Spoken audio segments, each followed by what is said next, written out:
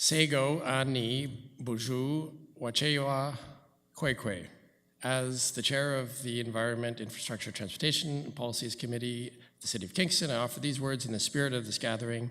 Let us bring our good minds and hearts together as one to honor and celebrate these traditional lands as a gathering place of the original peoples and their ancestors who were entrusted to care for Mother Earth since time immemorial.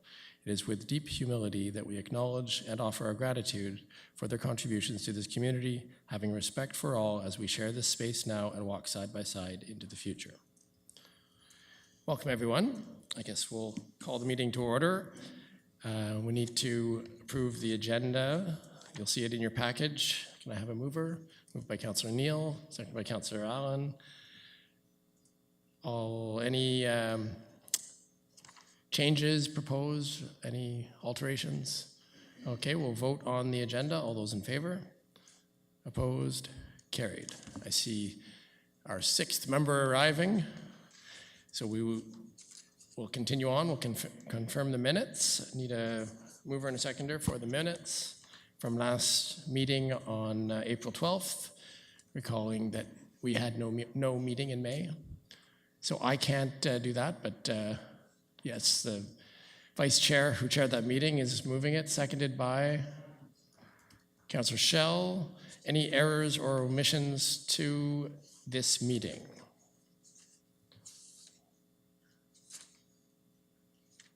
Seeing none, all those in favor of the minutes? Opposed? Carried. Disclosure of pecuniary interest. Seeing none. Delegations. There was one on the addeds, but it was withdrawn. So I guess that's it. No other delegations? Correct. So no delegations, no briefings. There are several items of business, so we'll get right to it. 7A, on-street parking program update. There was a report in the package, and I believe we have staff here to introduce the report. Go ahead. Yes, Ms. Kidd. Thank you, Mr. Chair. This report is the result of a couple of requests that I've had over the last 12 months from Council looking for an update on the on-street program that we implemented beginning in, I think, 2013 or 14. The report talks about the original design of the program, the purpose of the program, what it was intended to accomplish. And at the time, when it was originally designed, we had established a number of areas that we thought were important areas where we could deal with the problems primarily of commuters spilling over into residential neighborhoods. And since that time, we have implemented in what we call Area A, which is around the Hotel Dieu Hospital in parts of the Sydenham District. In 2015, we implemented Area B, which is the area primarily with parking generated by Queens and KGH. Both implementations have been successful in terms of achieving what we hoped they would achieve. We learned something from both implementations, and we continue to learn. This isn't a program that we can just go out and apply, and cookie cutter doesn't work with it. We have identified some new areas, shifted some timeline priorities, and started a public consultation session in the area for the Inner Harbor last week, and tomorrow night we'll be having initial discussions with the neighbors in the area of what we've deemed to be North Williamsville. One thing I would like to point out is that even through our discussions last week, where we've defined the new areas and we've got planned implementation timelines, it doesn't necessarily mean that that's actually going to roll out that way. So we try to define an area large enough to not push people out to a point such as we did when we did Area B. And then we had to come back with 2 or 3 reports to deal with Napier and some of the some of the residential streets around there. So we've tried to define our areas to be a large enough study area to address it, but it doesn't necessarily mean that we may, at the time when we come back with recommendations and bylaw changes, we may not implement the whole area all at the same time. So we always subdivide into zones, and it may be that through the conversations with residents and our observations and further study, that even though we have a broad area, for example, for Area C, we may implement only certain zones in Area C initially and then gradually move it out as needed. And I think the same is probably going to apply for Area F. After tomorrow night's discussion with residents, I think we'll get a better feel for it, but some of the Area F stuff, we've seen some spillover from the other side of Princess pushing over, particularly on Alfred Street and those near blocks to Princess. But we also know that there are a number of development applications in the pipe, and we're hoping that this program would help to deal with some of the construction worker vehicles that often clog residential streets when there's development activity happening and construction activity. So again, for those types of things, there may not be an immediate need in the whole area, but we wanted to define it large enough so that at the time that we're ready to move forward, we could move forward and implement. So other than that, I don't have any other presentation pieces to put out there. I'm happy to answer questions. Thank you. So we'll move to questions only from committee members. Councillor Candon. Thank you, and through you. How does this relate to, or do we have policy with regards to people charging for parking on their own property? I was in a backyard in Area B a few weeks ago, and this person had an enormous property, and they were thinking, I could rent parking spaces here or something like that. Can we piggyback those types of people, or is that something we're even looking at getting into? Through you, Chair. It's not something that we formally participate in, nor would we. There's some tricky pieces around, if there's a development requirement for a certain number of parking spaces. So we know that there's been a little bit of a market that's been created, and we're allowing that to happen because it doesn't seem to be really hurting anything, but it's not something that the city would participate in. Basically, in that area, what we did is we decided that we really wouldn't we wouldn't sell the volume of commuter permits that the program would have allowed us, because we wanted to take the people off the residential streets, but push them into either the supply that their employer provides already, or better yet, onto transit, because we have some wonderful transit solutions for employees of KGH and Queens from both the West End now and the East End. So it's not something that we would formally partner on or engage in. Okay.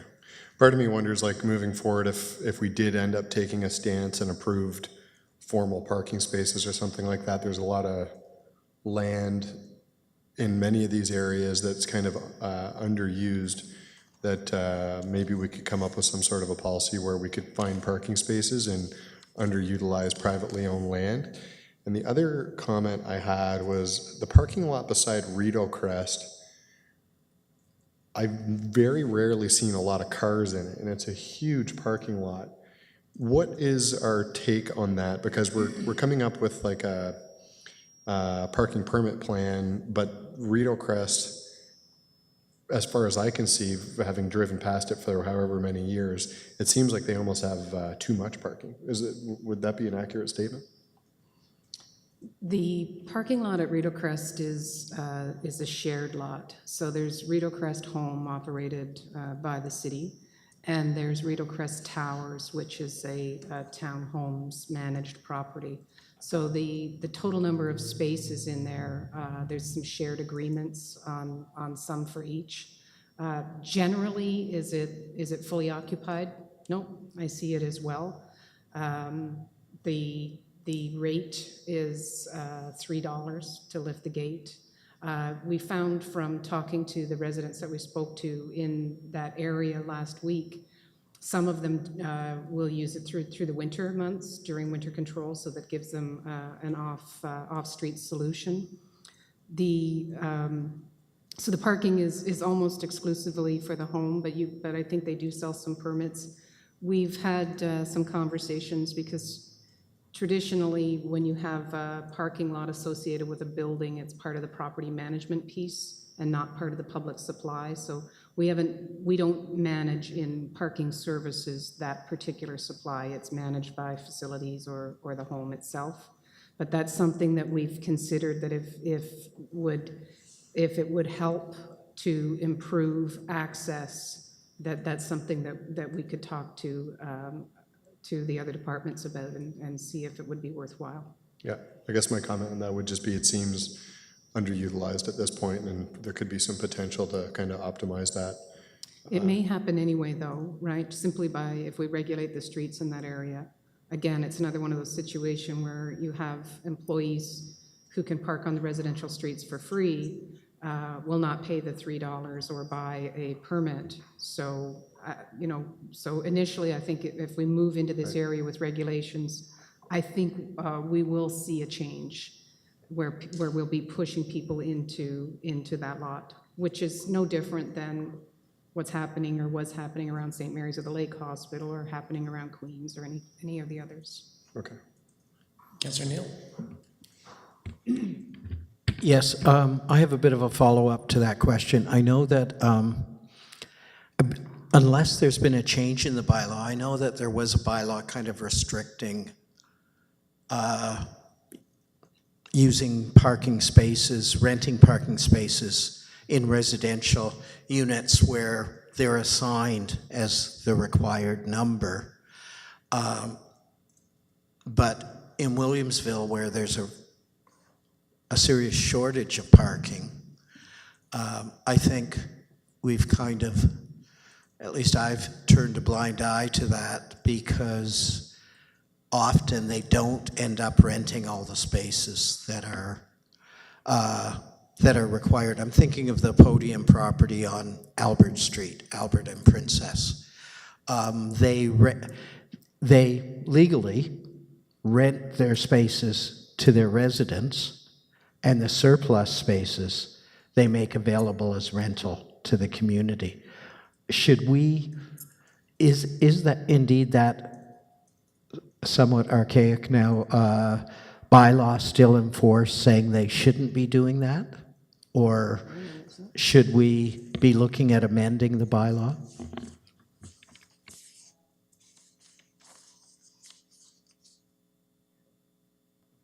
Don't know how to work the technology. So it's not specifically a bylaw in terms of like a parking bylaw. It's all part and parcel of the zoning bylaw, ties into the official plan. And so the zoning bylaw, we are currently and have been looking at the parking ratios in particularly the Williamsville study area and the downtown harbor area.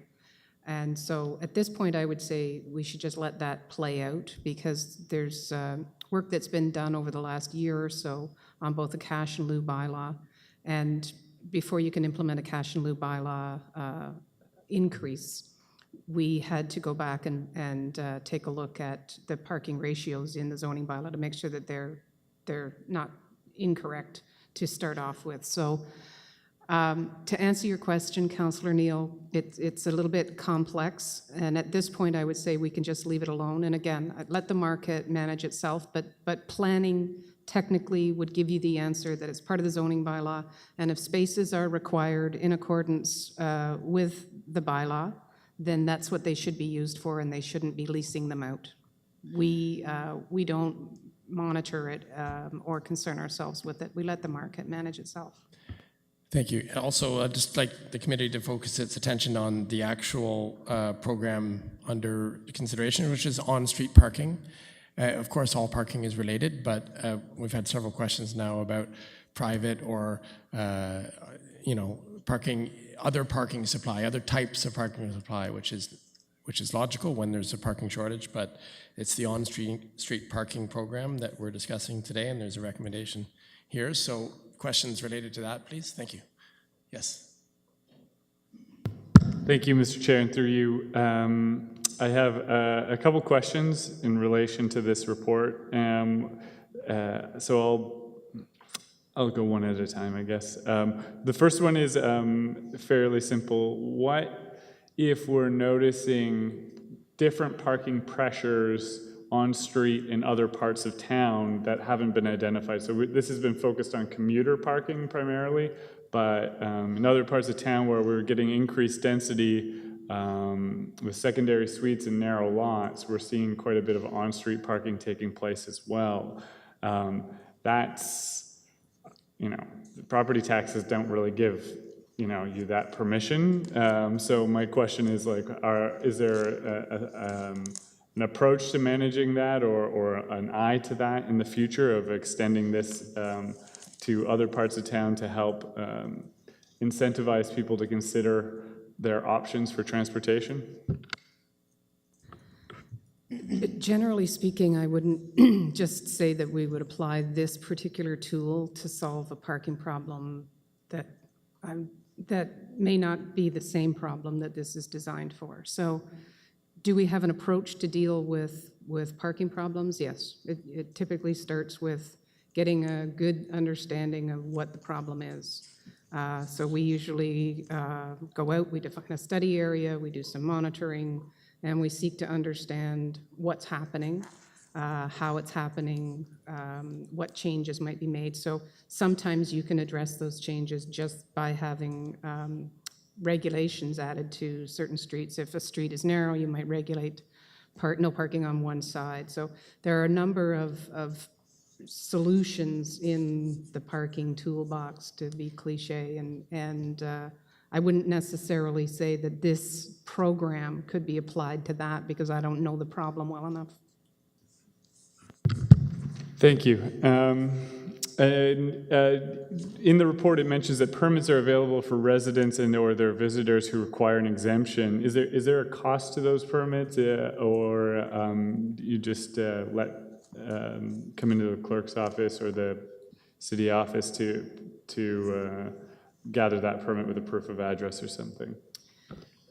So we have permits that we charge for. If you're a commuter, you pay one rate or a rate for the area that you're applying in, and those rates generally run from about $70 up to $112, $115 around Queens KGH. Residential permits are priced at $30 per month right now. That's a price that was established in 2009 when this program was a pilot in the Sydenham district. We are, as part of our rate review that we're doing and fee review for parking, we're taking a look at whether that's the right amount. There's been tons of feedback from residents. Most residents, once they understand what this program is about, they're fairly accepting of the fact that the program will do what they would want it to do. They just don't want to pay $30 a month for a permit. And if you have a driveway, they seem to be less concerned generally. But for residents that have no driveway, and we certainly heard quite a bit about that last week in the Inner Harbor area, and we heard some of it in Sydenham. They see it as a tax grab and a few things like that. So I want to take a look at the cost of the permit. The residential permit, our objective is not to generate revenue on it, it's to be cost neutral. So, if that permit's priced a bit too high, we'll take a look at that and see if it needs to be adjusted. I certainly wouldn't recommend that we have an increase on it. There are temporary exemptions for visitors for up to, I think, 7 days, or to deal with things like contractors and such. And those are just exemptions that can be requested through the parking department, and we don't charge for those. Okay, great. Thank you for clarifying that. It sounds like there's a lot of work to go in terms of finding that balance. My last question has to do with parking in hospital areas. So this program is meant to sort of open up supply in the hospital areas, and it doesn't necessarily, but we have those time-limited areas that are close to the hospital, and we're finding that wait times in hospitals are taking longer, and so people are finding themselves in a situation where they either are in the middle of their appointment when their meter runs out, or when 2 o'clock comes around and they're meant to move their car from the zone that they're in. Is there any consideration in terms of making or working with the hospital to make parking more convenient or accessible on street, especially if the lots are full? I know it's rare that the lots are full, but it does happen. So first of all, I'll clarify that the intent of this program is not to generate more parking for visitors to the hospital. That's not what this is about, because it's generally about the residential streets. However, part of the program is where we have high demand area in short distance to what we call a trip generator, then we do meter if it's not metered already. So I think the question about the length of stay and the way those short duration and high demand spaces need to perhaps be reviewed is all part of the rate review. So it's really not part of this program. So in the rate review, we're looking at what are the rates that we should charge? Could we have variable rates at some point to help us control demand? And then two pieces of the length of stay, so that, you know, if you could pay more, could you stay longer if you just paid more? Because we use length of stay to generate turnover. That's, we try to, you know, 2 hours, 3 hours. We're looking to have those spaces used for more vehicles during the day. But if somebody was willing to pay more, and if we had the technology in our system to be able to do so, could you let them stay longer? And then the other piece of it is, when do you start to charge and when do you stop charging? So in the hospital area, I think we generally start at 8 o'clock in the morning and run till 5. But in most of the BIA area, we start at 9:30 in the morning until 5:30 in the afternoon. So we're looking at, are those the right times? So that's all part of the rate review that will come back, and actually it'll come to EIT in September. Thank you, and sorry for the slight diversion there, Mr. Chair, but I think we're back. It's okay, we haven't actually discussed anything in the report yet. Anyone else? I would dispute that observation, but mildly, at least in part, small part. I want to go back, first of all, at the public meeting for Area C, couldn't remember where we were for a minute there, which is part of the report. One of the things I found promising is that we would allow the parking situation to evolve. There's no doubt in the southeast corner of Kingstown, there's an issue with commuter parking during the day. But one of the things that came up at the public meeting was people who were considerably further away didn't see why we needed it. So I believe you committed that, or maybe not commit is too strong.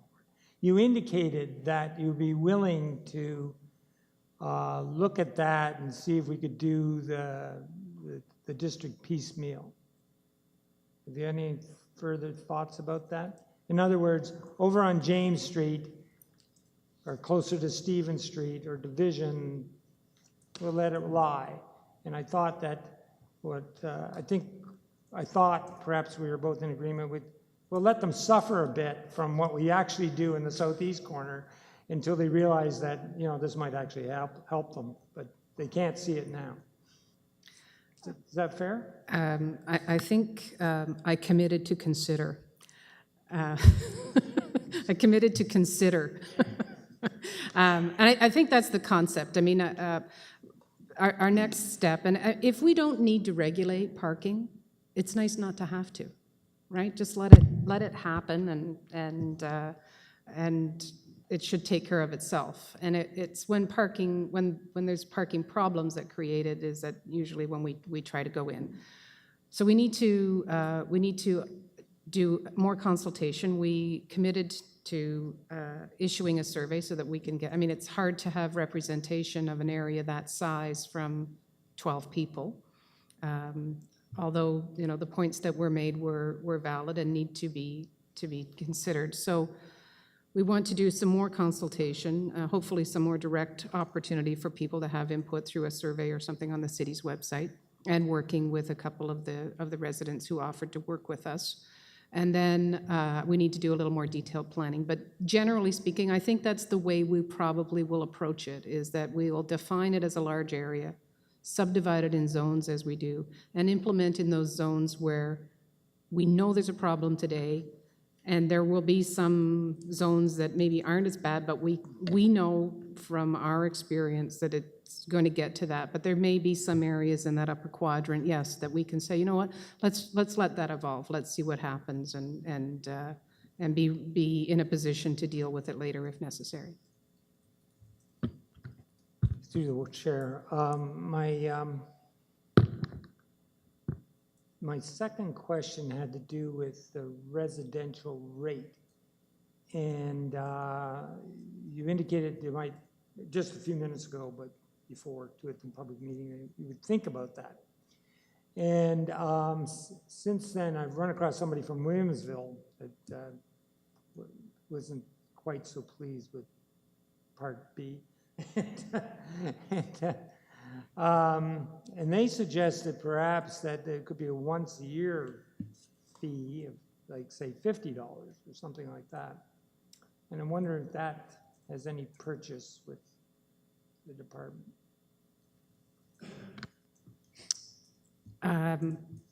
So whether $50 a year is the right rate, I'm not sure. I think that we need to be able to explain and rationalize what the rate is. And so there is an administrative component to implementing the program. There is signage, and unlike metered areas where we have bylaw enforcement, and when we implement this program, we commit to regular enforcement. So instead of unregulated areas and neighborhoods of the city where we enforce on a complaint basis, when we implement an on-street program in a residential area, we commit to a regular, we call it a beat, where bylaw officers are regularly visiting that area. When we have an officer on a beat where there's metered parking, generally the fine revenue, it actually does, it offsets the cost of that enforcement. It doesn't happen that way in residential areas, so we have to be mindful that if we're going to beef up enforcement, you just don't issue that many tickets, and we don't want to. You know, we issue some warnings, we do these things, so we have to factor that in. So before I say $50 is the right amount, I need to do a little bit of work to understand and rationalize what's the cost to us in putting this program in for the residential side. And I'll take a look at, I've asked our consultant that's working on the rate and fine review to give us a little bit of understanding about maybe what other communities with residential programs are charging. That's the best I have today. Okay, thank you. Okay, I have a question.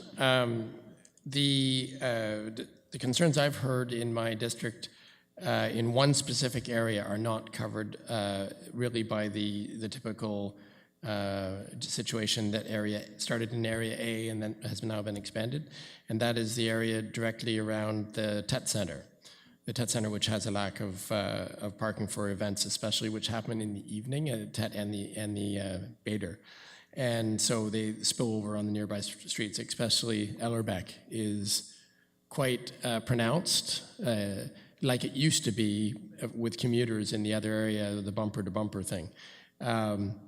So I'm wondering whether this type of program, it says in the report that Area E is not going to be implemented at this time. That's one very specific zone of E that might need some work, and I'm wondering if you've thought about that at all.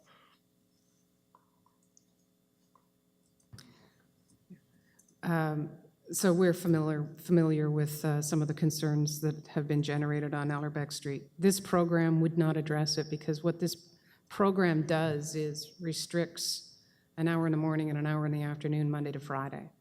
And the parking congestion that's being experienced on Ellerbeck Street is from events that are happening primarily in the evening and on weekends. So it's completely outside of the program parameters.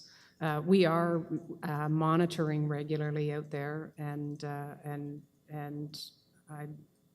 Ian has been in conversation with the property manager, but this program won't fix that.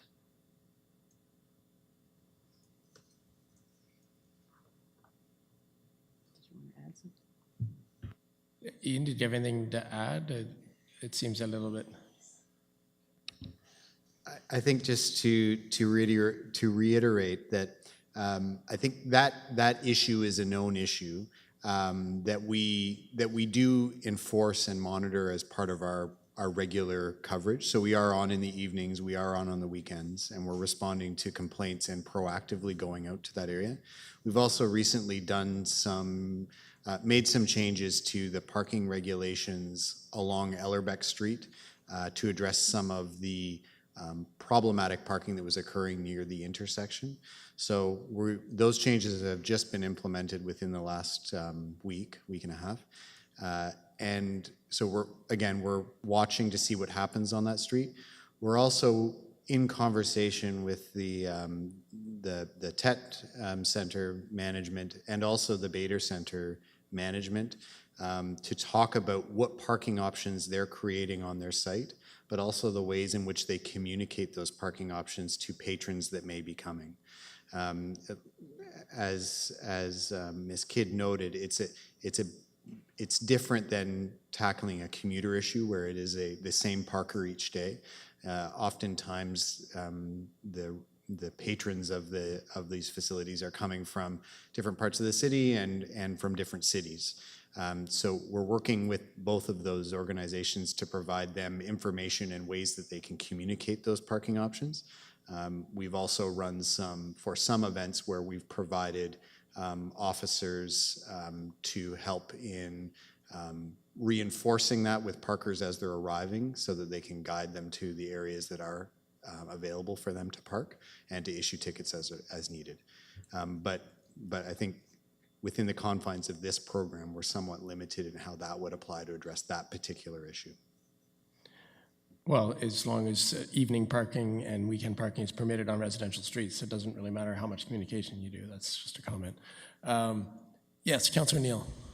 Just one very quick question, and this might be a one-off. So, but I had a complaint from a constituent who is a property manager.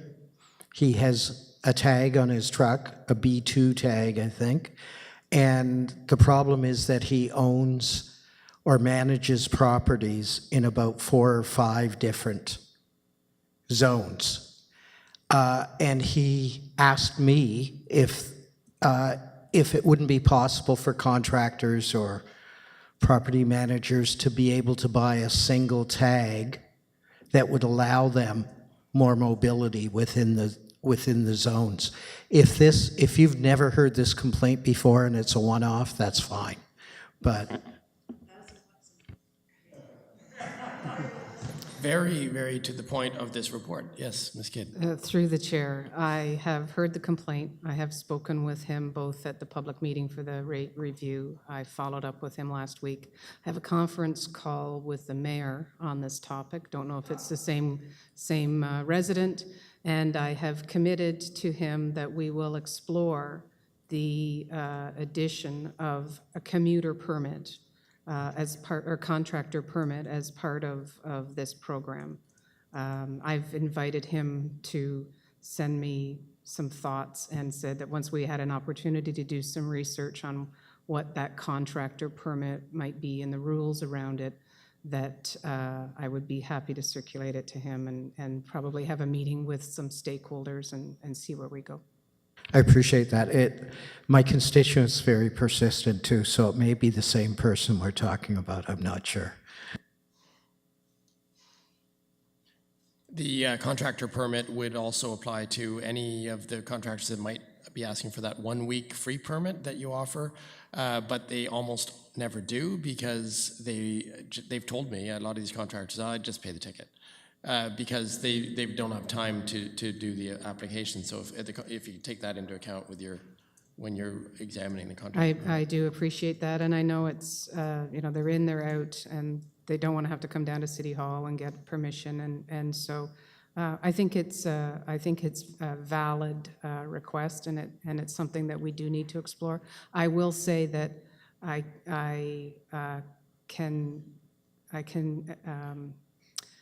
would not be recommending that the contract permit would exempt someone from parking at a metered spot. At a meter, if there's a meter, you will pay the meter rate or risk being ticketed. But for the residential areas where you need an exemption from the timelines, that's what we'd be looking at. Did I see another hand over here? No? Okay, we'll go to members of the public for on-street parking update questions. No? Okay, well, there's a recommendation on this business item 7A. I'll read it out, and I'll look for a mover and seconder. That the EITP committee recommend that council adopt the proposed revised on-street parking program areas and the recommended timelines for implementation as outlined in this report. Moved by Councillor Allen, seconded by Councillor Candon. Any discussion? So it's fairly clear. It's basically the substance of this report. I guess I'll call the question then. All those in favor? Opposed? Carried. Okay, on to another parking issue and report, residential accessible parking options. So there's 3 clauses in that recommendation. We'll hear from staff first and go through the same process for 7B. Mr. Zempel. Thank you, Mr. Chair, and through you. This report is the result of a council request of staff to look at on-street and front yard parking options for residents who have accessibility needs but do not have access to a driveway or an on-site parking space at their home. So staff completed a review of our practices in other municipalities, and completed consultation with the Municipal Accessibility Advisory Committee and the public. And through this consultation and analysis, we're recommending a residential accessible parking program be implemented with options that include a new on-street accessible permit as the preferred approach. The on-street space and the on-street permit was preferred by staff as it provides the most efficient, flexible, and least costly option for the resident.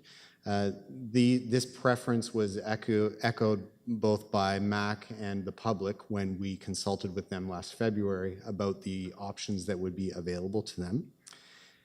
So this residential accessible parking program, which is a bit of a mouthful, but it is an on-street permit that would provide a reserved, dedicated on-street parking space for a passenger vehicle.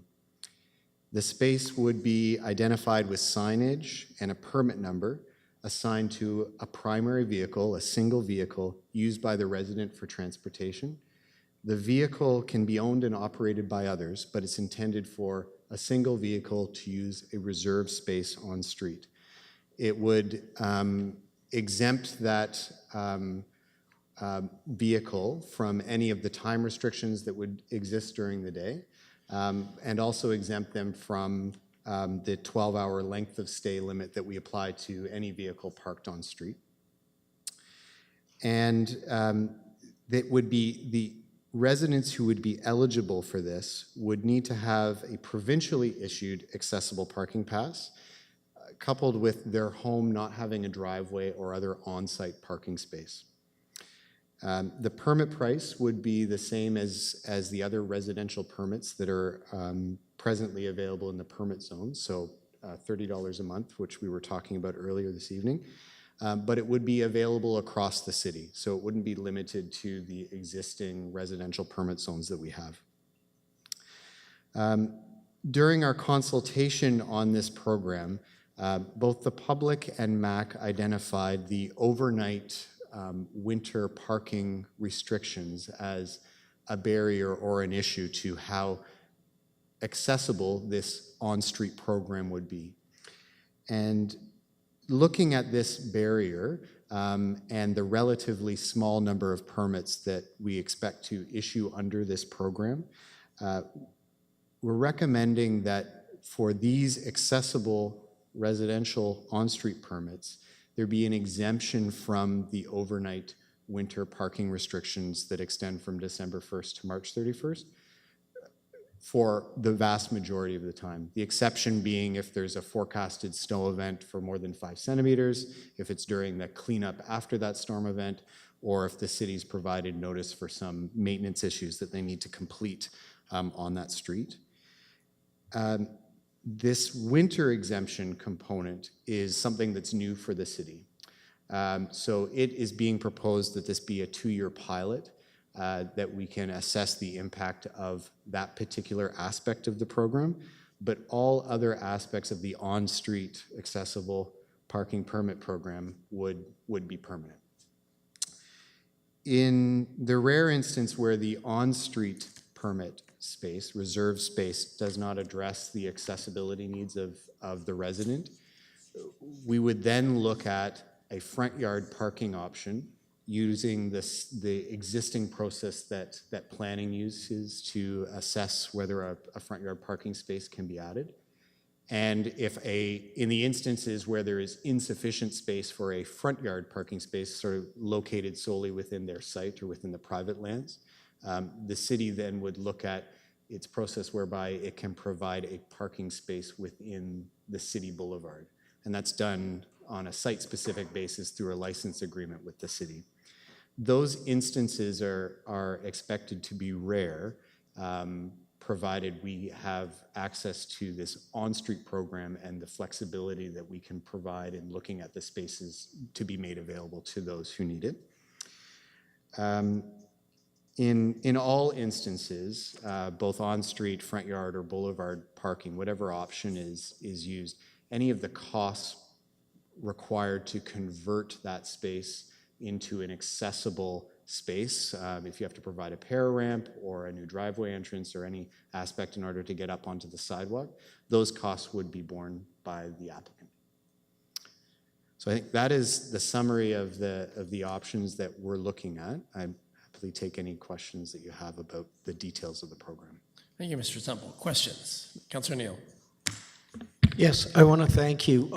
It was an excellent report, and I was at the MAC meeting when you brought that report forward, and you did a very good job of kind of looking at best practices and cherry picking from Hamilton and I think Windsor and other places that seem to have some sensible programs. And I appreciate that that there are restrictions, clearly necessary restrictions, and that I said at the time when this was being debated, it's kind of like backyard chickens. I think it was going to be the end of civilization as we knew it, and I think there's been 15 backyard chicken permits issued in the last 3 or 4 years, and I think it'll be a similar thing with this program. We may get a dozen or 2 dozen applicants within that don't fit, that don't have any other options. And so it's a good, sensible approach that I think the city's taken. So I really appreciate all the hard work that staff put into this report and the public meeting and going to MAC, and you definitely won MAC over. They were very pleased with the report as well. Thank you. Thank you for those words of endorsement. Any questions? Yes, Councillor Hutchison. I don't know if it's a question. There's a few things about this. If it's not a question, you could wait till we get to deliberations. That wasn't a question. No, I know, exactly. Exactly. There have been very few questions on topic so far. Yeah, okay. Well, I can always ask questions when I'm speaking, so. Yeah, well, it's up to you. Your judgment. If it's a question, go for it. Yeah, I don't know if I can phrase it as a question, that's all. I'm really concerned, number one, about the snow removal issue. it's not just the person with the accessible parking spot that's affected by that, especially in highly dense areas. And I even know this from work. If somebody parks on the street, you have to start 2 or 3 houses before you get to that car or truck, and then go around it, and then it's a couple of more before you get back to the curb. So I'm not sure that that's fair to the rest of the people that are using the street. So So I'm just wondering if you've thought that through with Public Works. Through you, Mr. Chair. So Public Works was part of the technical stakeholder group that was working on this program. A component of that concern is built into what on-street space is made available. Both engineering and Public Works would review any of the on-street space applications, and they've committed to reviewing the location on the street and providing comments about which space provides the least impact from an operational side of things for their maintenance activities. We also, with the permit holder, the city's parking department would have contact information and the ability to sort of work with that permit holder, such that if there were issues that were developing, either with their daytime parking or the overnight parking, we can be in contact with them and work with them to either move the vehicle and get this situation addressed from a maintenance standpoint. Ms. Kidd? Thank you. I will add to that Public Works is fairly apprehensive about this program, about opening up the ability to relax the winter regulations. And we had to have a number of discussions to convince them to try this, and for valid reasons. That's one reason. The concept of the program would be that, we monitor weather. Public Works monitors weather constantly in the wintertime. And we would work in parking services to send notices. Electronic communication is helpful now. If we can send a notice that says there's a winter watch, and you have, because the intent is that people would move their vehicle for snow events. The Public Works knows that that's not always going to happen. And they know from other cities, we hear from residents all the time that they want us to relax the winter regs. And again, we know that when we have a November or a December, like we did this year where we had hardly any snow, residents feel it's very unfair that they have to get off the street at midnight, but that is the reality. So I just want to say, and I promised Damon Wells that I would, he is nervous about this. He's nervous about, he thinks that we can probably manage this because we think it's going to be a very contained number of permits that we'll actually issue. He's concerned that, though, this is opening the door for relaxing winter regulations in other areas. So I promised him that I would relay that information. Thank you. Thank you. Do you have another question? Yep. Well, just on that point, I think you're probably aware that in an area like, say, the Fruit Belt, right? And you're going to, so they're going to have input into whether these are actually granted. Is that correct? Because in areas like the Fruit Belt, that could be a disaster. Okay? It's already we have to remove the snow from there because there's nowhere to put it. But that's true of other streets in that, like Markland, okay? So all those streets up in north of the McBurney Park, and I'm sure it's true of some of the other areas in the downtown. So I don't want to be the Grinch, but everybody else has a right to live in the city as well and make it work. And so as part of the application, so that's the first question. And My question is this, will this be all, is this all part of the application process? Will you be, I know you hear from people saying, you know, we want to not be on the street and all that. Part of that, I think, comes from not understanding why we don't allow it. And what would happen if somebody else did it, right? If we get snow squalls and that. Through you, Mr. Chair. To answer your question about whether this would be, whether engineering and public works would have an input into the approved parking location, yes, that would be part of the review.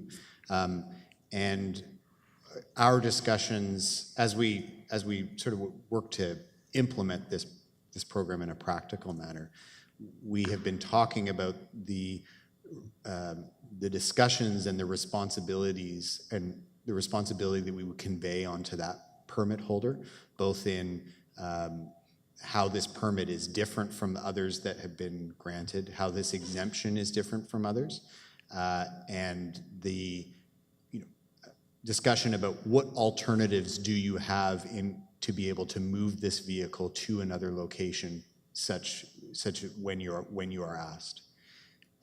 The other piece of it is that parking enforcement and parking services, again, will know where these permits are, will be quite aware what vehicle and what permit applies to these vehicles. And we work quite closely with Public Works, especially during the overnight winter period, that as part of any snow removal or snow work that is going on those streets, we have the ability to remove or tow that vehicle in order to allow them to complete their work. And that will be part of the information and communication that's conveyed to those permit holders that are looking to access this program. So you're actually talking about towing cars out of accessible spots. Is that what I heard?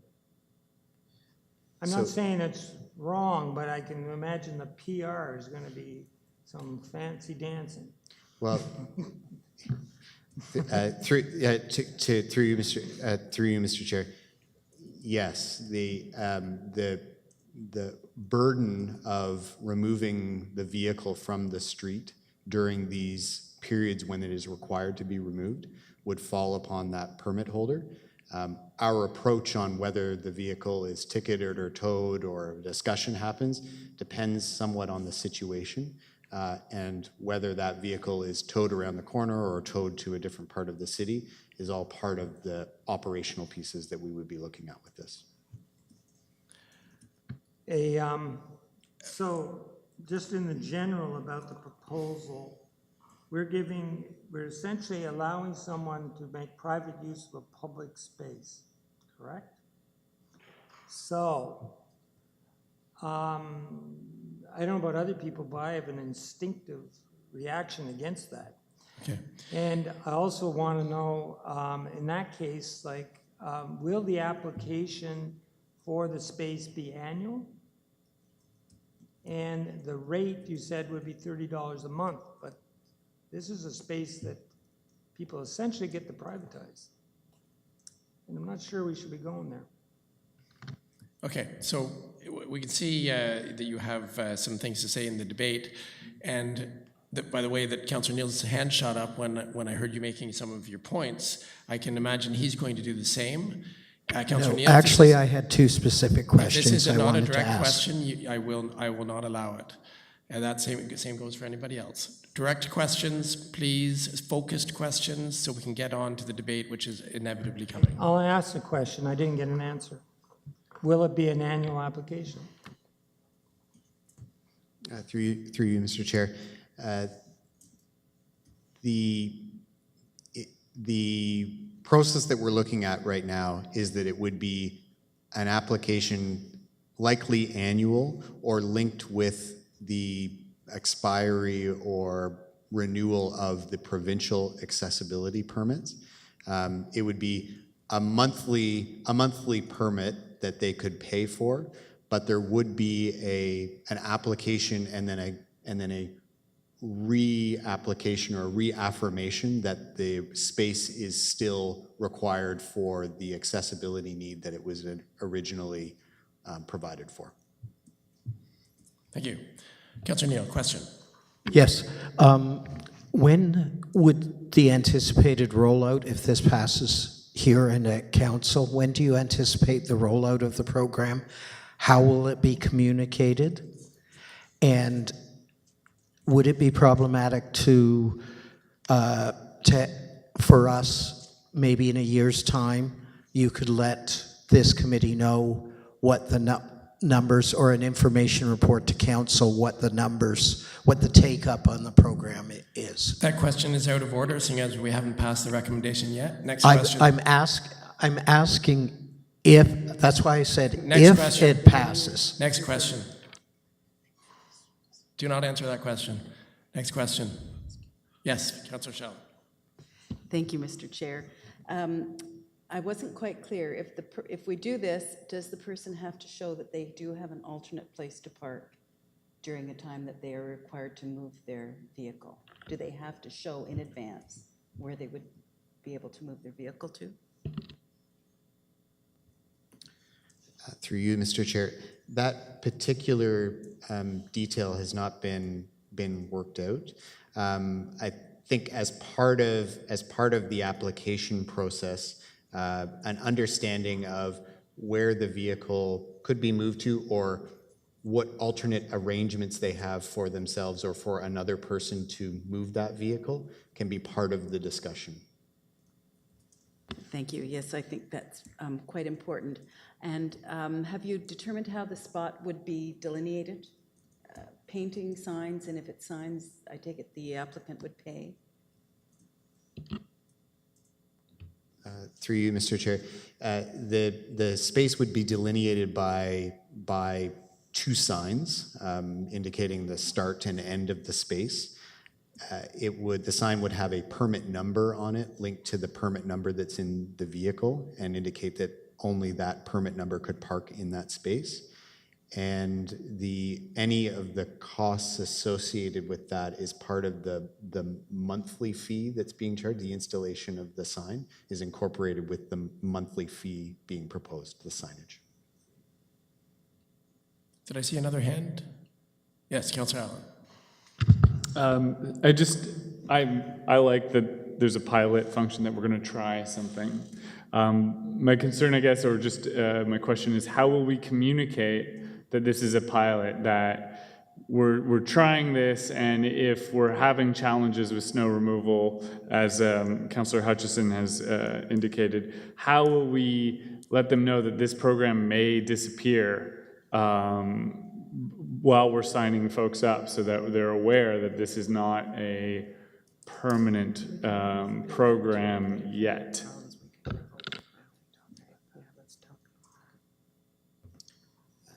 Through the chair. We expect that the number of permits, at least initially, will be quite low. And we are going to work with those permit holders quite closely to explain what the program is and what it is not, to ensure that they can abide by that. Part of that will be communicating to Councillor Schell's point about what are your options for moving the vehicle when you need to move the vehicle. But it can also include an understanding of, if you are not abiding by these regulations, if you're not abiding by the notices that we are giving you via phone, email, or text, that the permit or an aspect of the permit program could be revoked. And so I think those pieces, especially the piece related to the pilot aspect of the program, I think the importance of that and the nature of it can be conveyed during the application process, and we can reinforce that through our ongoing communication with the permit holders. Do you have another question? Thank you. Point of order? Yes. If I might, I believe the first portion of my question, I don't think any of it was out of order, but the first part of my question was a question that often gets asked, and that's, when is the planned rollout? and implementation of the project. How about you ask it after we vote, and then you can know. And it's not a point of order when you start arguing with the chair. So, next question. That's exactly what a point of order is to politely point out to a chair that they erred, but I'm Your fine. option, you have the you can challenge the chair on your question. If the committee wishes the question to be answered, then it can be answered. We would have to vote. I don't see anyone nodding, so we'll move on. And next question? No members of the public, do you have questions about this? Yes.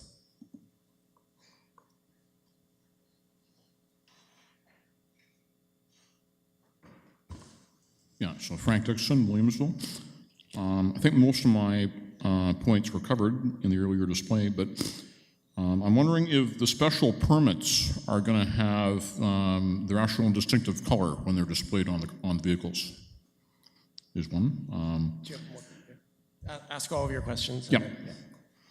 Okay, and Mr. Semple was talking about the spots designated as being delineated by signs on either end. And I'm wondering if maybe painting the pavement might be an idea as well, so people actually see, you have the signs and you recognize that is sort of a spot that's actually designated. And then my question, or the next point, was the same one that Councillor Neal was sort of cut off on, so just sort of the rollout and sort of how it's going to work. And then just from, I guess, some concerns on the documentation of the problematic instances by staff. It sounds like you've got that, you thought about that a lot. And then, my final point is just that I'm praising the overall quality of the work that's been done by staff. I remember when this came to EITP the first time, and I think Mr. McLeod was here, one of the lawyers on staff, and he thought at the time that it was actually sort of an innovative realm that we're venturing off into here. So if that is the case, then that's some very good work done, and it's something that the city should be actually tooting its own horn on, I think, a little bit, letting people know that we're going to do this, we're going to try it out, and make sure that it gets out into the media and may get some national recognition for this, because I think it's really important work. So, thank you.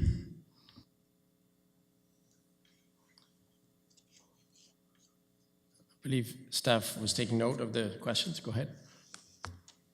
Yes, through you, Mr. Chair. With respect to the permits and the signage and the delineation of the spaces, each of the on-street parking permits have a distinctive color. We would look at what best fits in with the way that the parking enforcement group will be managing these permits. The signage will be distinctive in that it's delineating that this is a reserved space, but will also be distinctive such that it's not confused as an on-street accessible space for use by all accessible permit holders. So the distinction will very much speak to this permit is reserved for this space. Great. Okay, so there's a recommendation with 3 clauses. Before we get into it, does anyone wish to separate the clauses, to debate them separately, or should we debate them all at once? In the absence of any separation, we will debate all the recommendations together. Yes, Councillor Neal. Okay, so no one wishes to separate? So we will consider the entire recommendation, all 3 clauses. Moved by Councillor Neal, seconded. Councillor Candon. So you see the 3 recommendations that EITP recommend to Council that Parking Services implement an on-street residential accessible parking permit program based on the details contained in this report. That on a pilot basis, the new program will provide an exemption to the city's winter control regulations to allow accessible parking permit holders to park on street overnight during the winter control period, and that staff be directed to report back to EITP by Q3 2018 on the pilot component of this program pertaining to the limited exemption from the on-street overnight winter parking restriction. Anyone wish to speak? Councillor Shell. Thank you, Mr. Chair. This came to us because we requested it of staff. We didn't get an overwhelming number of, or any people asking for this, actually, so it will be a bit of a surprise to people in the area. So I'm hesitantly hopeful about this. I'm on the board of the Kingston Access Bus, and I know that as we provide services to people, it can become perceived as permanent. So I'm encouraging staff to be extremely clear with anyone, if we pass this, what it means, that it's a pilot project. And as I say, be really clear and firm, because boy, once you've got a permanent spot on your street, you can think that's pretty great. And we may regret this, we may not, I really don't know, because it is a pilot, but I'm encouraged by the report, and I'm encouraged by the answers to the questions that staff has looked at this very thoroughly. But that's my main comment, that we have to do this very carefully and clearly to anyone that applies. So thank you. Thank you. Yes, did you want to respond? Yeah, I do, Mr. Chair, because I feel it's really important that we clarify the whole program is not being recommended as a pilot. The program itself, to have a permit that provides a dedicated space, is not recommended as a pilot. That's recommended as permanent. The winter control exemption component is being recommended as a pilot. And the reason that we're doing that is because if someone has to pay a fee for curb cuts and because this was all supposed to be, the expenses were supposed to be passed through, they may not do that if it's a pilot program. They make an investment and then find out that the pilot program is canceled. So that was the reason why we're recommending that the program itself be permanent, the winter control portion of it be on a pilot basis to monitor the effectiveness of our ability to manage that and not create operational issues. Thank you. Does anyone else wish to speak? Okay, Mr. Vice Chair, will you take the chair? I wish to speak. I have the chair and I recognize you, Mr. Chair. Thank you, Mr. Vice Chair. So let's just back up to the perceived added value that this recommendation would bring to the people of Kingston and examine the pros and cons. So there are people that would like to have their car parked close to their residence, and they don't have that option because of where they live. And so the city is kind enough to bend over backwards, really, there's what is in this report, to provide that to them, which is great from their perspective, as long as the remainder of the population is not resentful of what we're doing based on it seeming like some kind of either a bad idea or some kind of sort of twisting of the accessibility requirement rules, accessibility accommodations. Everybody's familiar with accommodation for special needs, for nurses with back injuries, for all types of things. I mean, you could have, there's a lot of things in this world that need accommodation, and when I was young, very few of them existed, such as left-handed desks at school. But nowadays, a lot of them exist, and we can agree that that probably was to the betterment of our society.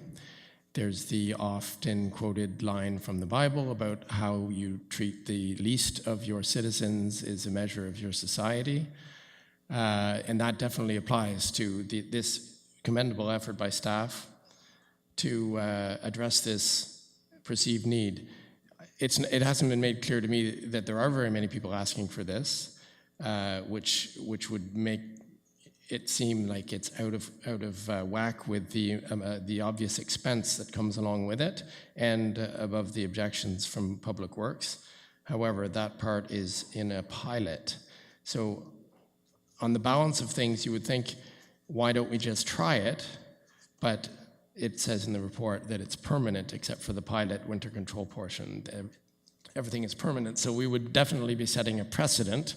And I think the most telling comment of everything that's been said tonight, and the one that I'm going to give priority to, is the one from Councillor Hutchison about dedicated public space for private use. That, even though it's a very noble reason, accessibility requirement, those people are not with their backs to the wall. That is a misconception. There is a resident in my district who has a large car. She wants to park it behind her house in the winter when she can't park on the street, and she can do so, but she can only do it in one direction, and then she has to back out down the laneway, and because of her age and the size of the car, she's not able to do so. I certainly sympathize with her. However, the solution is obvious. Get a smaller car, and then you'll be able to turn around, and then you won't have to back out. But she refuses to do so, and we're at an impasse. And that's how the way I see this. The people that want their car next to their residence have options. They can take a taxi. They can take the access bus. It's not the only thing. Have a car is not your right. It is a choice. It is a choice of convenience. And that's where this whole thing breaks down for me.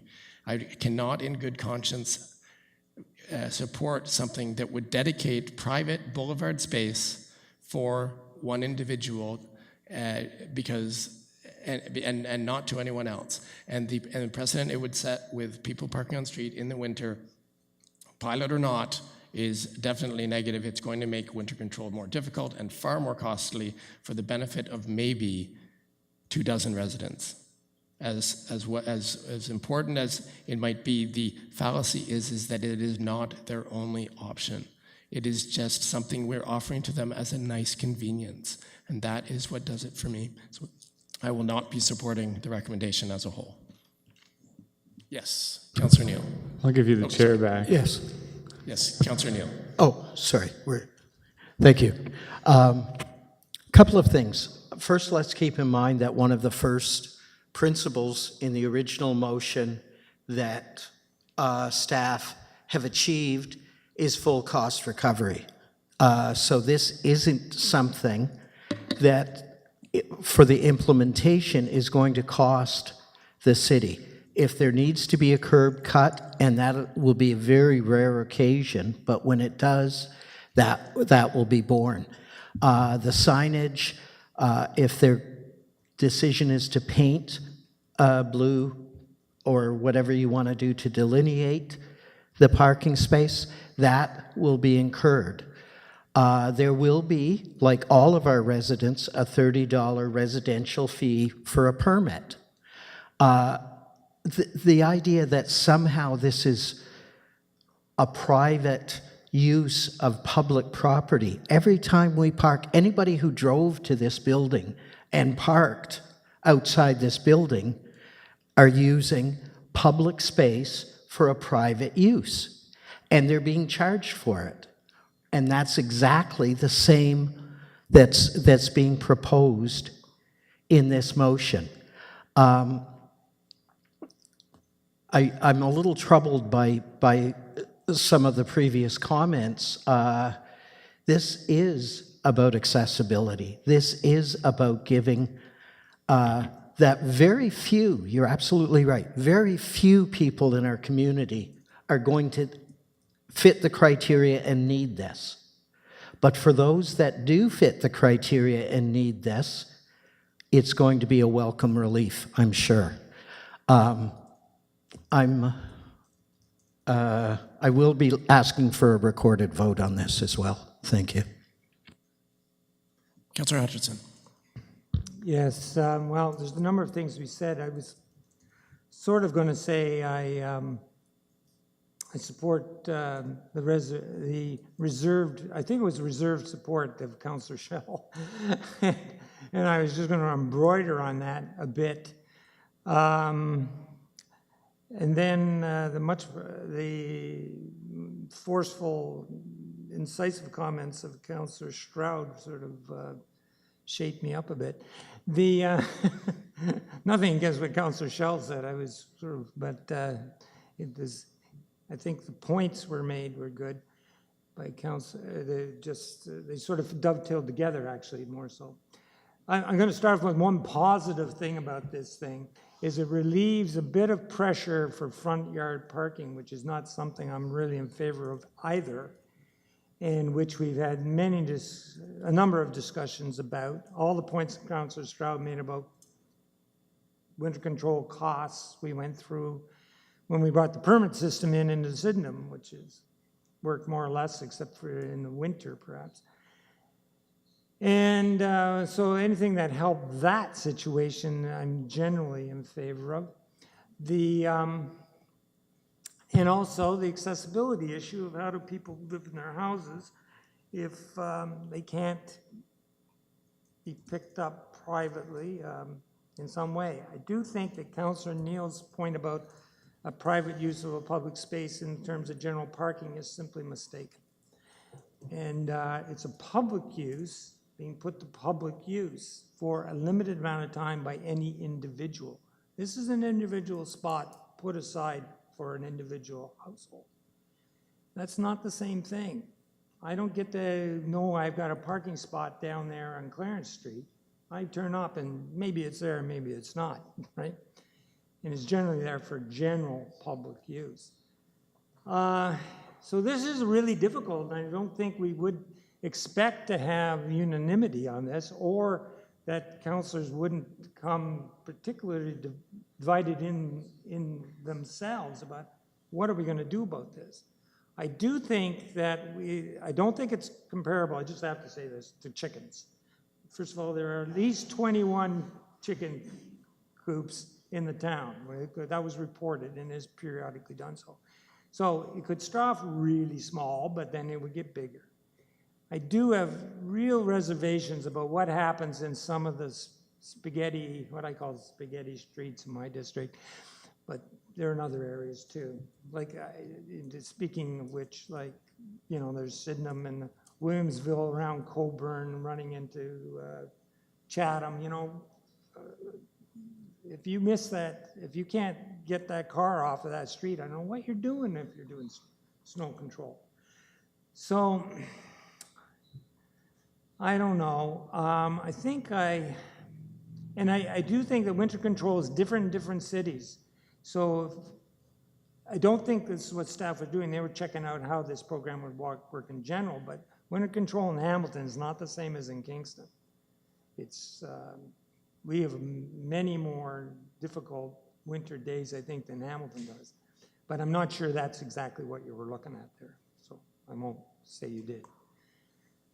So I've had my reservations about this even back to, you know, let's look at it, which is basically what the original recommendation was. And so I'd like to hear more clearly what other councillors think. And I don't think it's a good argument to say, oh, we're just going to have a few or a small number, because we don't know what the longer term or midterm effect will be and what the general effects are. And having listened to what people have said so far, I find myself, I think the part that really bothers Councillor Stroud is there may be no turning back, which is what bothers Public Works. And the cost is significant. And I don't know, I wish I could be incisive about this, but I don't know how the heck you do it. I see Councillor Schell smiling at that. And why not? It's quite a legitimate response. So if the other two councillors have got anything to say, what they think might be happen there. And also there's a staff member, I'm swimming here, okay? And I'm gonna shut up because I am. But I would like to know more about what staff think about how this will work and how they're gonna get around the issues. It's not you haven't addressed it. I would just like to hear more. Thank you. Okay, so I see Commissioner Leger has his hand up. Through you, Mr. Chair, certainly this is a committees to deliberate and debate and to vote on, and the way it's been presented by staff is there's a recommendation and it's either pass or not pass. There may be a way to salvage elements that the committee feels are salvageable if they feel some are salvageable, and that is a way to maybe instead of a permit is to explore something like a license agreement, which doesn't permanentize it, but what it does is it allows the city, if you enter into a term license, and we do that, we've done that in other areas, in access to parking lots and other cases you've seen them come before council, is to exercise a license agreement with a party for the purpose of this program and for a definitive term. And definitive term that also allows the city the option and discretion whether or not to renew it. You could ask staff to explore that if you want to salvage some of these elements, or alternatively, you can vote yes or no on this recommendation from staff. Thank you. That's a very interesting option that may change people's thinking on this. But we'll go around. Did Councillor Allen have something to say? No? Didn't? No? Before I go, yeah, well, it's just, I don't want to go to the second round until everyone's had a chance to speak. That's all. Yes.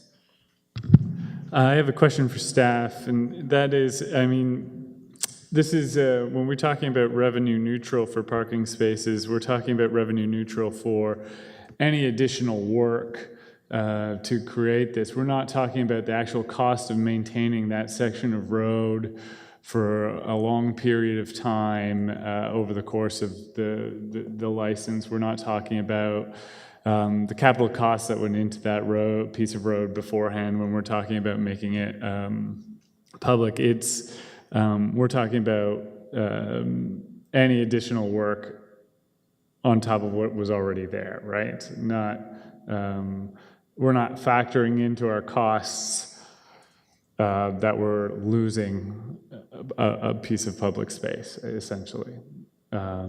As Councillor Stroud and Hutchison, it's you know, a downtown parking spot would have a higher value, but you know, we're currently looking at downtown parking spots that come at quite an expense to build. And so when we're looking at residential spots on residential streets, there is a dollar figure attached to that as well, but we're not including that in here. Is that right? Through the chair, the fee associated with the monthly fee associated with the permit as presented in the report is related to the administration, enforcement, and maintenance to run that permit program. It does not speak to the costs of that parking space on the street. Mm-hmm. Okay, thank you.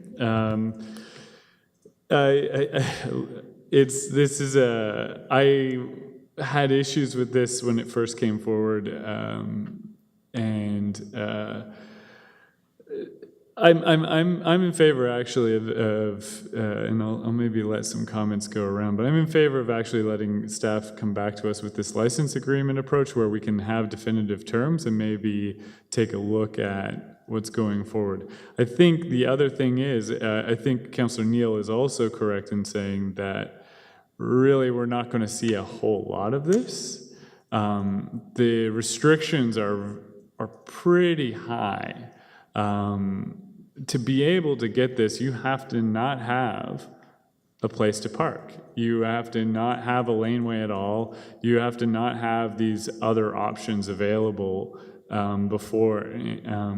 Unfortunately, the hardest streets for winter control are the streets that don't have the laneways and don't have the so the likelihood of the conflict that Councillor Hutchison is bringing up is actually increased because of that potential. So I want to support the intent that Councillor Neal is here very passionately with in terms of supporting accessibility and finding a place for people to park. But I also have reservations about how we approach this in terms of creating a permanent program or opening the door to assigning specific parts of the road to accessible parking. And so some of the challenges that could be, and maybe this is addressed, but like if we decide to add active transportation infrastructure to that roadway and we need to move parking from that side of the road or something like that, that will that's another conflict that we haven't talked about. And we're all very supportive of active transportation at this committee and in terms of some of that infrastructure that we're going to develop in the active transportation master plan. So we have to keep all of these priorities in mind when we're coming up with a specific insight selective. So I'm going to let us go to a second round of conversation, but my thought is that we should send this back to staff to contemplate the license agreement and also give ourselves a bit more time to contemplate this based on the discussion tonight. Thank you, Councillor Allen, and I see Councillor Candon. Thank you, through you. I agree with Councillor Allen. I think that it seems like everybody's kind of wavering a little bit. Like if I'm reading everybody's body language, we're not totally sold on this. So maybe we should take a bit more time to consider this. Some of the best advice I ever got when getting into a partnership is the first thing you should figure out is an exit strategy. So if it turns out that things don't work, it's great to go in with the best of intentions and the best mindset, but a lot of partnerships don't work. And if we have an easy way to get out of a partnership and we know what those strategies are to get out and everybody knows that going into it, then there's no surprises down the road. Because the worst thing you can do is get into a partnership with anyone at any time and have absolutely no idea how to terminate things, and that can cause a lot of unnecessary trouble or whatever in that particular relationship. So if we know going in how we have a way to get out and there's no surprises on how we get out, then I think that that's a good thing for everybody involved. And I think that the licensing kind of solves that issue and may avoid any headaches that we have in the future.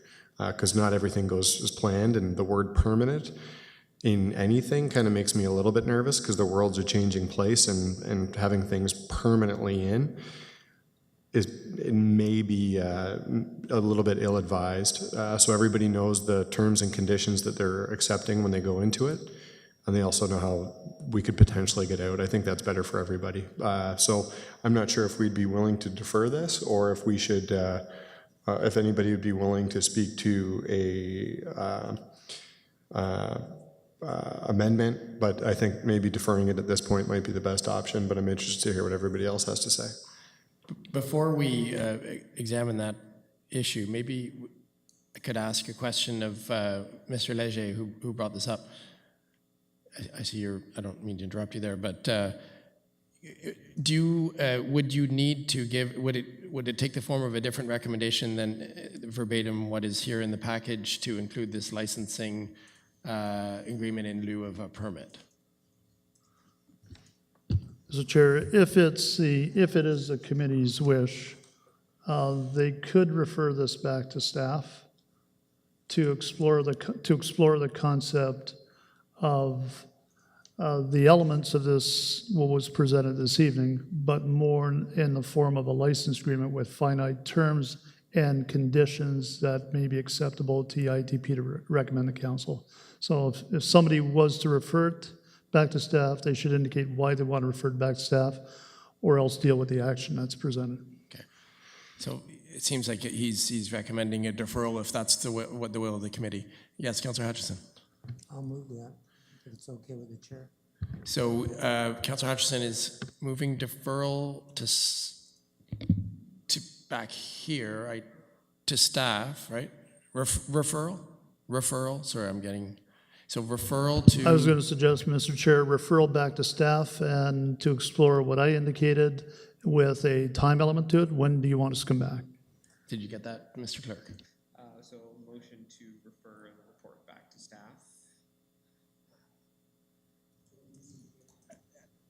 And the reason- To exam, For staff to explore the elements that were presented in this report in the form of a license agreement with finite terms and conditions to bring back to EIDP by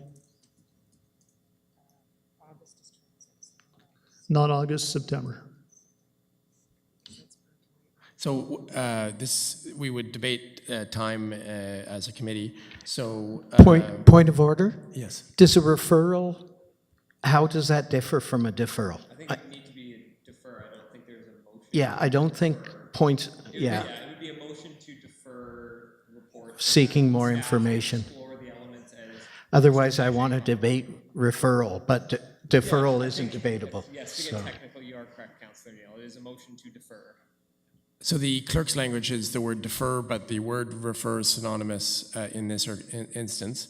So it would be deferral to back to this committee at a specific time to be debated now. So does anyone want to, suggested by Commissioner Leger, September 2016, does anyone want to debate time? So is that what's in the motion then? Let me just clean this up a little bit.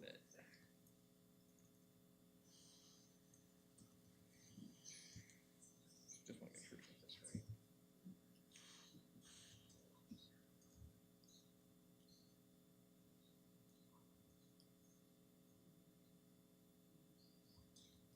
Yes, Commissioner Leger. Mr. Chair, just in consultation, if it makes it easy for the committee, the reason why Ms. Kidd suggested September is that you're going to have a fairly heavy agenda with transit report in August. Yes. Noted. So if you'd like, I can clarify again on the motion to defer, just to make sure I have the wording correct. Motion to defer, in this case, the report, so that staff can explore the elements that were presented in this report in the form of a licensing agreement with staff to report back to EITP at whatever date is determined. Oh, Word conditions was in there as well. Conditions, terms and conditions, I think was in there. explore the, with using the terms terms and conditions instead of elements. So it would read motion to defer reports that staff can explore the terms and conditions that were presented in the report. No, it's a licensing agreement with terms and conditions. With licensing agreement with terms and conditions. Okay, thank you very much. Yeah, no problem. Yeah, you're doing a great job. Yes, Councillor Hutchison. I appreciate it. I did take, just for the record, I did take Commissioner Leger's point as being not about the terms and conditions of the license, well, it did involve the terms and conditions of the licensing agreement, but also other conditions that might be associated with that. Okay, so, which isn't quite the same thing.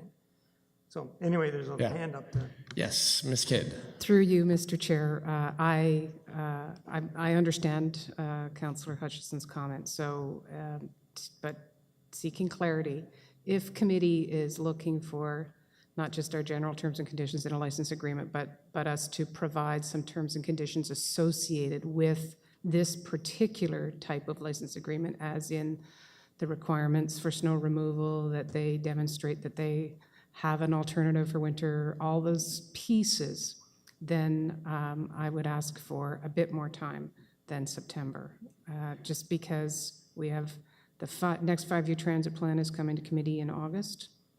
The parking rate and fine review is coming to committee in September, and there's some work to be done with these pieces. So I would think that be helpful if we could consider.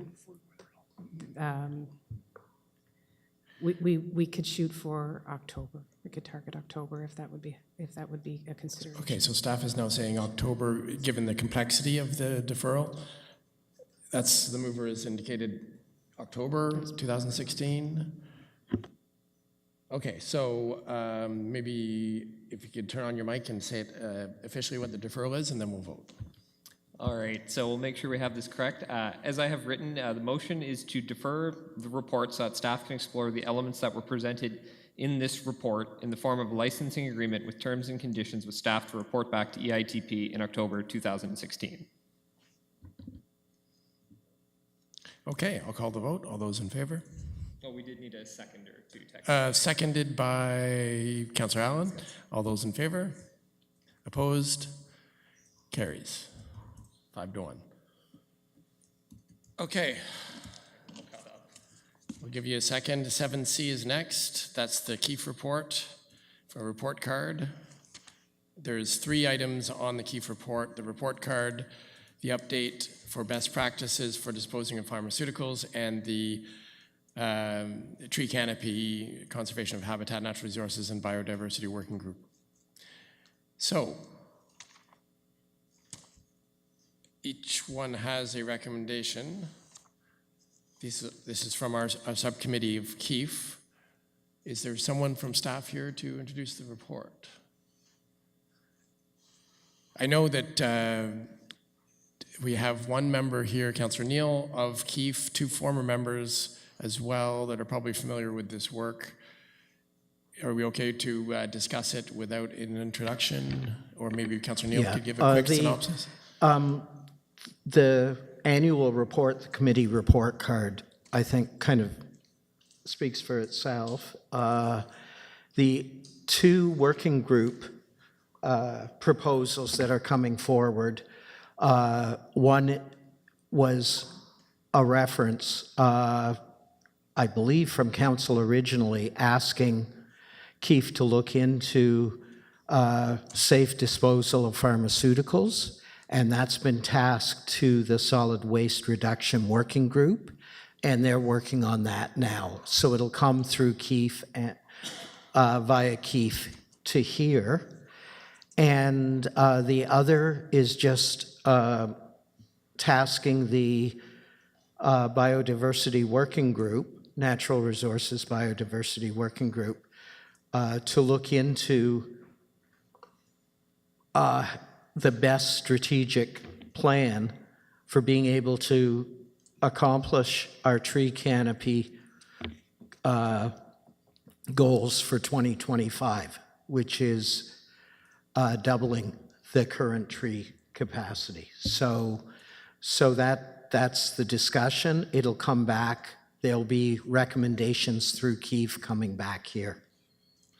Great. So I also noticed reading the report that in the report card, I think it was the strategic talks that went on that identified 4 key areas, and I believe 2 of those working group recommendations have to do with 2 of those strategic areas? Yeah. Okay. We can't really ask, we don't have a Keefe associated staff member here unless Commissioner Leger is not volunteering to handle in-depth questions here. So I guess no, the staff person typically who attends Keefe is Paul McClatchy, and there were no action items. So this is information only. So. Yeah, the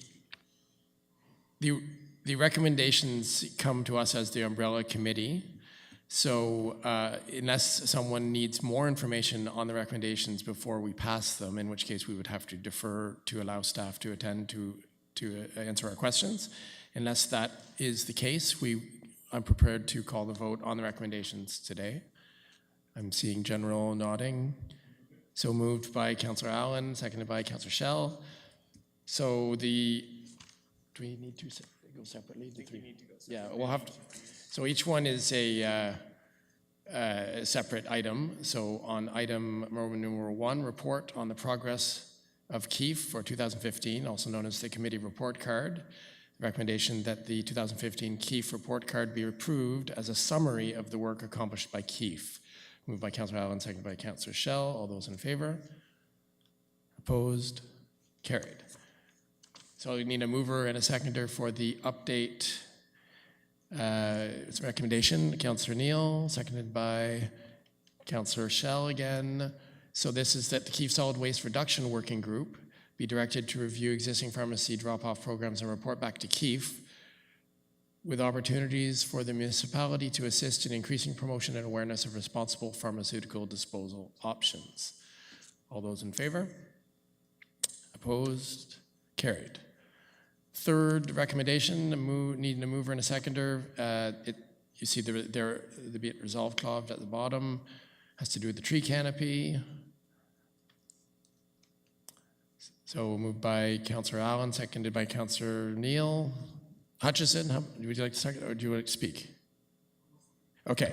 This is the one. So it's seconded by Councillor Neal, and Councillor Allen, or Councillor Hutchison, you have the floor. This is page 42, right? Correct. Okay.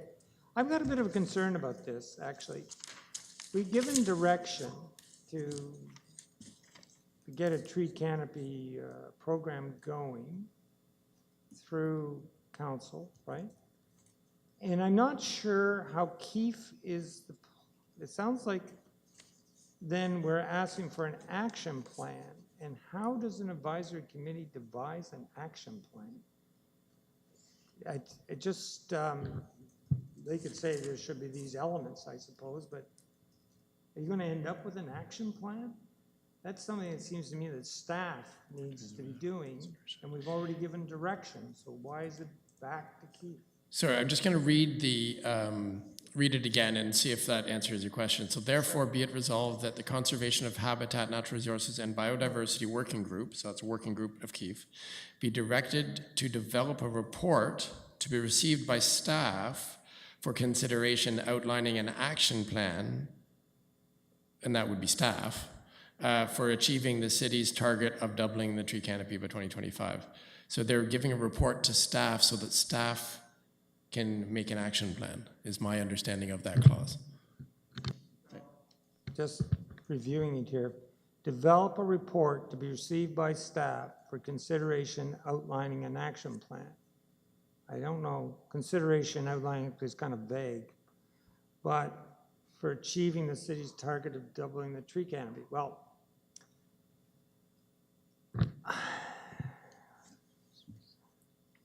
I'm not sure what we're expecting to get. It seems to me that it's something where we've given direction, now we need the action plan. Tell us how you're going to do it. Well, Councillor Neal will have to pinch hit for Mr. McClatchy here, because I know that the lead Keefe member on this file is someone with some knowledge in this area. Yeah. If I might, Keefe has had positive recommendations and positive input in the past in the area of trees. For instance, they have an experienced arborist on Keefe. They received in our last term, Keefe received the list of proposed acceptable trees, and in fact, it was amended through a recommendation of Keefe because there were people on Keefe with that expertise, with that skill set. This is not trying to have Keefe prescribe to the arborists or city public works how to plant trees or what trees to plant, but it's coming up with, doubling our tree canopy in 9 years is a very ambitious goal. And we contract out some of that arborist work. We do have a couple of arborists and some experienced people in public works, but I'm sure that they would be happy to accept recommendations or suggestions in an advisory fashion through a working group of Keefe. And that's all that this is. It's not a suggestion that we're turning over to Keefe the decisions to be made by the arborists in the city. So. Thank you, Councillor Neal. I guess I have to relinquish the chair to give my interpretation, if you don't mind. I've got the chair, and I recognize you. So yeah, I'm not a certified arborist, but it is one of my hobbies. Trees is one of my hobbies, and I know the person who wrote this report from Keefe or to Keefe and we've spoken to her about this type of thing. And I was, I guess, reading the report, it seemed to me that they also referenced the Urban Forest Management Plan, which, as you could probably imagine if you don't remember, was completed by a consultant. I think it was Cenis Consulting, and presented in 2013. And it has not yielded any tangible change in city policy since 2013. So if without this added value, as I see by Keefe working group, with, as Councillor Neal says, these expert members, without this added sort of strategic work being done, you know, we can imagine staff might continue to you know, to go forward in the same at the same pace that they've been going, which clearly, as Councillor Neal mentioned, is probably not enough to reach the target by 2025. So I think they've rightly identified an ambitious target that they agree with, which is in our strategic plan, as you all recall, and they would like to give us helpful advice on how to get there. And I think that it's really only a win. It can either it's neutral or it's a win. It couldn't possibly hurt us to hear from these members of the Keefe Working Group. The only thing we lose is the time they spend on it, right? And that's the great thing about having this expert panel. And I think I'm very excited that Keefe is getting down to work and proposing positive solutions to try to reach our goals. I'm encouraged by this, but again, Councillor Hodgson, you may be right.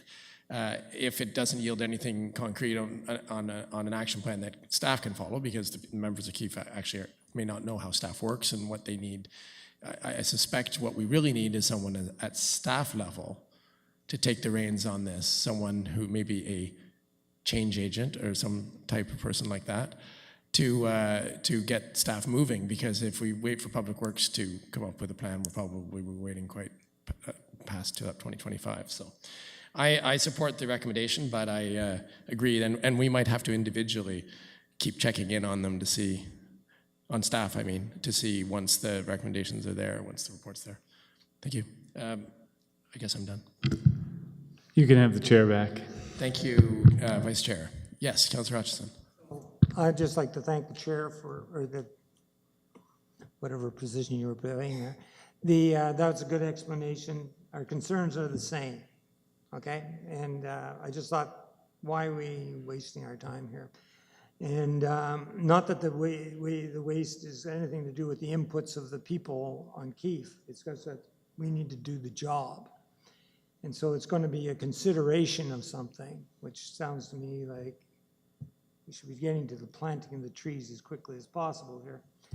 So I'm going to vote for it because hopefully what the chair had to say is correct.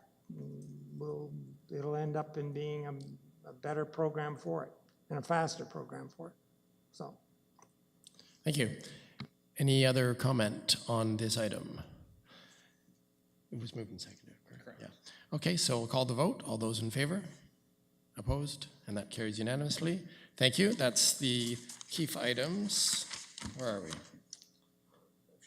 Oh, great. No motions, right? Nope. So we have some placeholder items here that don't have anything in them. Was there other business? Did someone mention other business? No. No one said anything in the agenda about other business. Correspondence? Now there was there correspondence? No, I have not received any correspondence. There was just the delegation. It was That's just right. the delegation. Okay, so there's no correspondence, so it's just our next meeting, and we are meeting in July, correct? At this point, there is a report coming. So. Okay, so there is a report due in July. It's the Tuesday after the Canada Day long weekend, so if it turns out that the agenda is light, I may be contacting you at that time to see whether we need to have the meeting or not. So with that in mind, it's time to adjourn. Moved by Councillor Schell, seconded, does it need to be seconded? Yes, we do. Seconded by Councillor Allen. All those in favor? Carried. Thank you. I was going to say, that's usually the one that everybody... Thank you for a fruitful discussion.